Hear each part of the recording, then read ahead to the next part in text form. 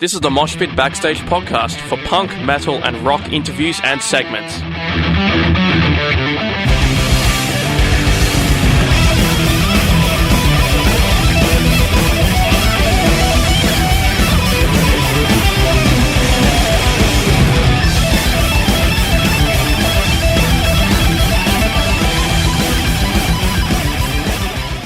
AntiFlag is an iconic punk rock band from Pittsburgh in the USA, coming out to Australia this December. On the line I have Justin from the band.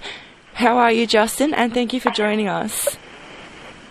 I'm great. It's good to talk to you. How are you doing over there? I'm fantastic. Thank you for asking. Glad to hear it. So AntiFlag is going on tour in Australia in December to promote the 10th anniversary of the For Blood and Empire album, which sounds really awesome. And then after the album, you'll take audience requests for songs. Now, is taking requests from the audience something that you've done in the past, and how do you feel that that's going to go? Well, we have this idea where we've always wanted to see an audience fight to the death. So what we're going to do is split the room down the middle. We're going to hand out clubs, battle axes, and maces. And the last person left alive gets to request whatever song they want. So I think it's going to be pretty exciting. I'm excited for this. Wow, that sounds really intense. Yeah, well, you know, we're from America. We know how to make it intense. That's funny. So you've recruited Scott Reynolds, who sang for the pop punk band All. How did this come about? You know, Scott was recommended through some mutual friends. You know, I have to be honest with you. I've not heard Scott's solo stuff, but people that I respect have told me that they're really into it and that he's a really cool guy and that we should take him on tour. You know, it was just something that happened to work out where he'd been trying to go to Australia at the same time we were, so we thought, well, let's put this together. I think it's going to be a good thing. Okay, cool. Well, hopefully all goes well. If you've not if you've not heard his stuff before, hopefully all goes well with the show and everything. But I'm sure he will be great, and the show will go great. Yeah, I trust the opinion of good friends that they wouldn't steer us wrong. I have a feeling it's going to be a good fit. Yeah, awesome. So what is significant about this album For Blood and Empire that you've chosen to tour for its 10th anniversary? Well, there's a lot of things significant about the record itself. I mean, it was a flagpole record for AntiFlag. It was a really important record for the band, I think, in a lot of ways because it really defined what the band sounded like sonically. You know, I think that when you're a band, sometimes it takes you some time to get your legs underneath you and figure out exactly, you know, who you are as a band sonically. And yeah. I think that with For Blood and Empire, we really did that. I think, the record was made at a time when the U.S. was involved in the illegal war in Iraq, and it was a record that really addressed that issue at a time when no one else in America was really doing that. I think in the music world, kind of Green Day stormed in and sort of, made a lot of waves with American Idiot, but our record came before that, and when we made the record, we were really a voice in the wilderness because there was still a lot of support for the war. And in America, there was a lot of support for the war, and we really wanted to be on record as letting people know that we thought George Bush was a war criminal and that the war was illegal, and I still feel that way. And I'm really thankful that we have, when you look at the result of the invasion of Iraq, I mean, it's still reverberating through the Middle East and parts of Africa today. Yeah. And I think that all goes back to the invasion of Iraq. And so, first of all, we were right. It was something we were against for the reasons that you see today and for many other reasons. But also, I'm thankful that we sort of have that document of proof that, I can look back on and say to people that some people were speaking out, and, speaking out at a time when you had to be pretty brave to do it in America. And, not only were we speaking out, but, we can prove it because we have the evidence. Yeah. And there were people at that time who were trying to do the right thing, and I'm really grateful to know that I found that community of people. Yeah. So I was just reading up, and it says that the band was active from 1988 to 1989 and then 1992 to the present, according to Wikipedia, our trusty internet source. So I was just wondering, how come there was a disbandment, a hiatus for 3 years? Yeah. Well, it's because we were in high school, and when we finished high school, we just went off and did other things. So we played for a little while, and then we graduated high school and decided to do other things. The drummer and myself, Pat, we drove across America just as a road trip, like a classic American Pie style road trip. Oh, yeah. Gone to all kinds of ridiculous hijinks. I wrestled with Grizzly Bear in Yosemite National Park, and many other adventures that you would expect with a couple of teenagers doing a road trip across America. Yeah. And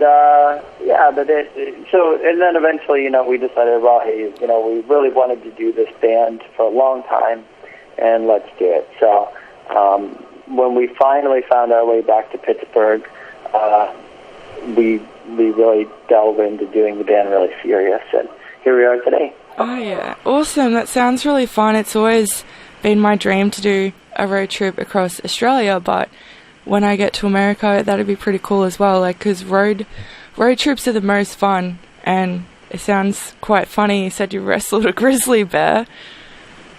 Yeah, a grizzly bear.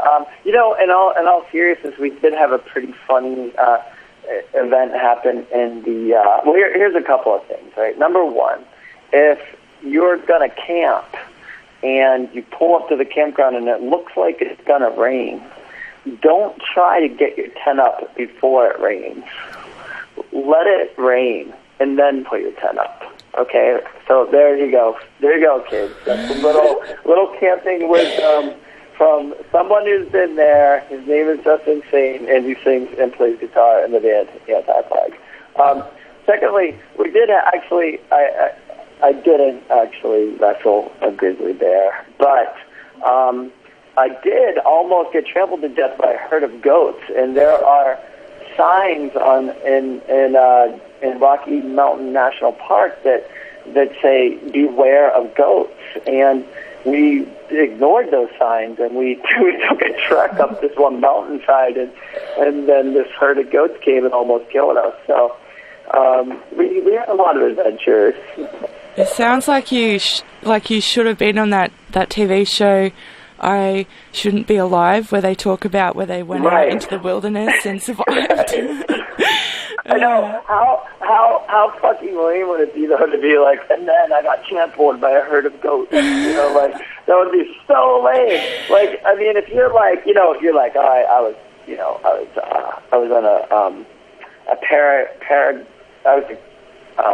sorry, I'm losing the vocabulary that I was looking for. But at any rate, if you're a pilot of a small airplane and you pull up like some half miraculous landing in the middle of the wilderness that tore the engine and the airplane apart, and your leg got severed by like some shrapnel or something, and then you crawled out and you actually did wrestle a grizzly bear, like that'd be badass, Yeah. But heard of goats trampling. That's not so cool. I'm getting sort of Lion King vibes from that. Pardon me? I'm getting sort of Lion King vibes, like in the first Lion King, and Mufasa gets trampled. I'm not sure I know what that means. Actually, is that an Australian term? Oh, no, I'm just talking about the movie The Lion King. Oh, The Lion King. All right, you'll have to forgive me. It was your accent, and I didn't pick out The Lion King. I got it now. I got it. All right. Lion King, great movie. What else can I say about it? Yeah, it is one of the greats, but moving on, anyway. You've been renowned to be a band with a political activism, and how do you feel like this has impacted on your band's success? Well, I think the success as far as building a community of like-minded people and reminding ourselves in really dark times that we're not alone, I think it's been really successful.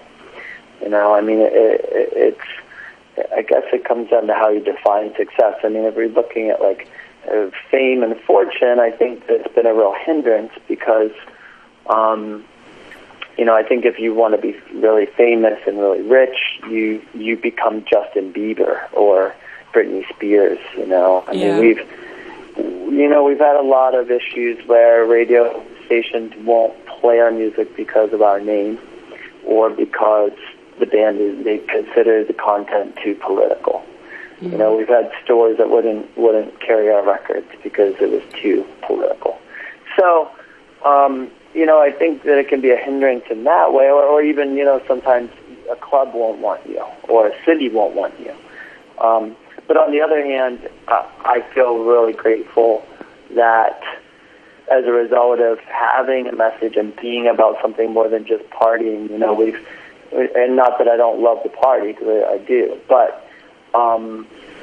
I feel really grateful that it's led us to like-minded people who care about things other than just themselves, who have a sense of caring about the world in a greater way. And, you know, I think that's an amazing community to be a part of, you know, and that's what inspires me to keep playing music all these years later and to want to do something for the better. So I think that, you know, there's been a lot of success on that front. It's kind of I would say that it's more of a success of a spiritual success, so to speak. Yeah, so... Or quality of life success. A quality of life. Yeah, awesome. That sounds really good. And I can understand, like, people who don't agree with the political views of the band wouldn't necessarily want to play the music and stuff, because politics is a very... What am I trying to say? It's very... people are very passionate about what they believe in. Yeah. Absolutely. Absolutely. I totally agree. It can be very divisive, and it can absolutely tear people apart. Yeah, definitely. So, AntiFlag is touring in Australia, starting off on the 5th of December in Brisbane and ending on 11th of December in Perth. And you come to Melbourne on Saturday, the 10th of December at Max Watts. What are you looking forward to most about the Australian tour? In all honesty, I'm looking most forward to two things. One, just the Australian people. We have an amazing time every time we're in Australia. I love Australians. You know, they got big personalities, big hearts, amazing people. It's a special thing to tour in Australia. There's always just a really positive vibe, and I love that. And there is always kind of a party atmosphere, and that's really cool. And that kind of leads me to number two, finding a pub on the beach and kicking back on the beach and drinking a few beers. That's a time-honored tradition for me in Australia, and I hope to keep that one going on this tour. Sounds really good. I've always wondered what it's like for bands, not just from America, but from Europe and other countries, because Australia is obviously very far away from the majority of the rest of the world. So I've always wondered what it's like. If you're a band in America, is it a goal to want to tour in Australia because it's so far away, or? Yeah, I think you nailed it. I mean, I think that if you're from America, Australia is a very exotic place because it is so far away. And we hear stories in the States growing up about all of the deadly and poisonous animals in Australia. Yeah. And there's, there's a certain kind of allure about Australia for Americans, and it's rightfully earned, because then you go there and you realize, wow, there's so much about the country that's amazing. But I think that if you're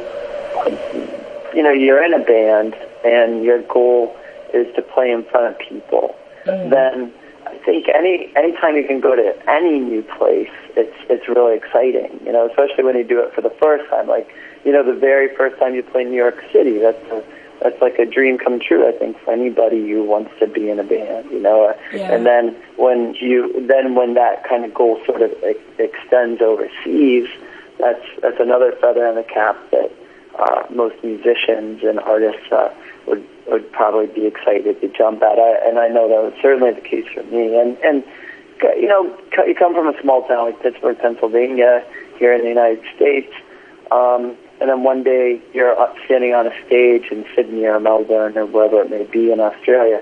That's a real surreal moment, because that's not something that that is expected of you when you grow up a working class kid in Pittsburgh, and the ambition for a kid like me growing up was to get a 9-to-5 job that hopefully would allow me to support myself and a family, and that would even because Pittsburgh was a pretty depressed, rough and tumble town, that was a pretty tall order just to be able to do that.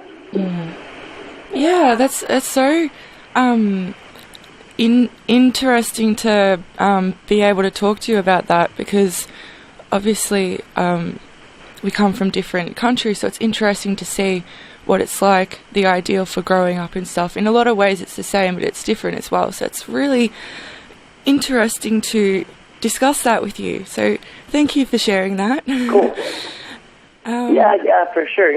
One thing that I'll add to that, I think that, no matter where we go, whether it's Indonesia or Russia or China or Australia or somewhere in Europe, wherever it may be, it's the one thing that I really find interesting is that no matter how different all of our cultures are, there's really just this really deep desire by most people to have very similar things, to live in a place that's safe, to have safe food and water, to actually just have a pretty basic life. Most people don't have intense ambitions of ruling the world. They really just want to have a decent life, and I think that's a common thing that we all have, and I think that's really special, and I love that, because it was sort of on that idea that AntiFlag was founded, the idea that we're not straight or gay or black or white or male or female or American or Australian, but that we're human beings and that we have to see each other and treat each other accordingly. So when AntiFlag was able to get out of the United States and meet people from these other cultures and realize, wow, the premise that we based this band on actually is a real thing, and it was tangible and we could see and experience it, that was really special for us. Yeah, that's really awesome, and I do understand and agree with what you're saying there. Thank you so much for talking to me today. It's been a pleasure. Fair enough. Great to talk to you too. Thanks for everything, and hopefully we'll see you soon.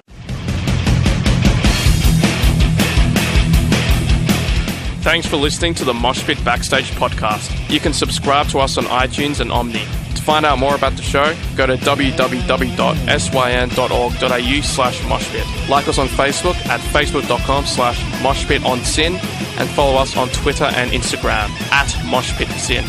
The regular Moshpit radio show broadcasts punk, rock and metal tunes and interviews every Thursday nights on Syn 9.7 on FM and digital radios. Listeners outside of Melbourne, Australia can stream Syn 9.7 online at www.syn.org.au. Thanks to Vintage Ruin for the music. Hi, this is Tommaso from Flashgun Apocalypse. Hi, I'm Enid from Girls School.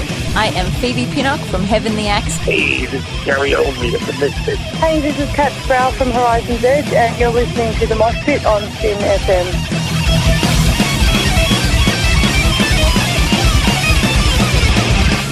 Hi, this is Einar from Leopard.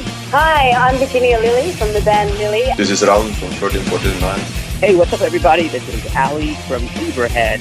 Hey, everybody, this is Charlie Benante with AntiFlag, and you are listening to the Moshpit on Sane.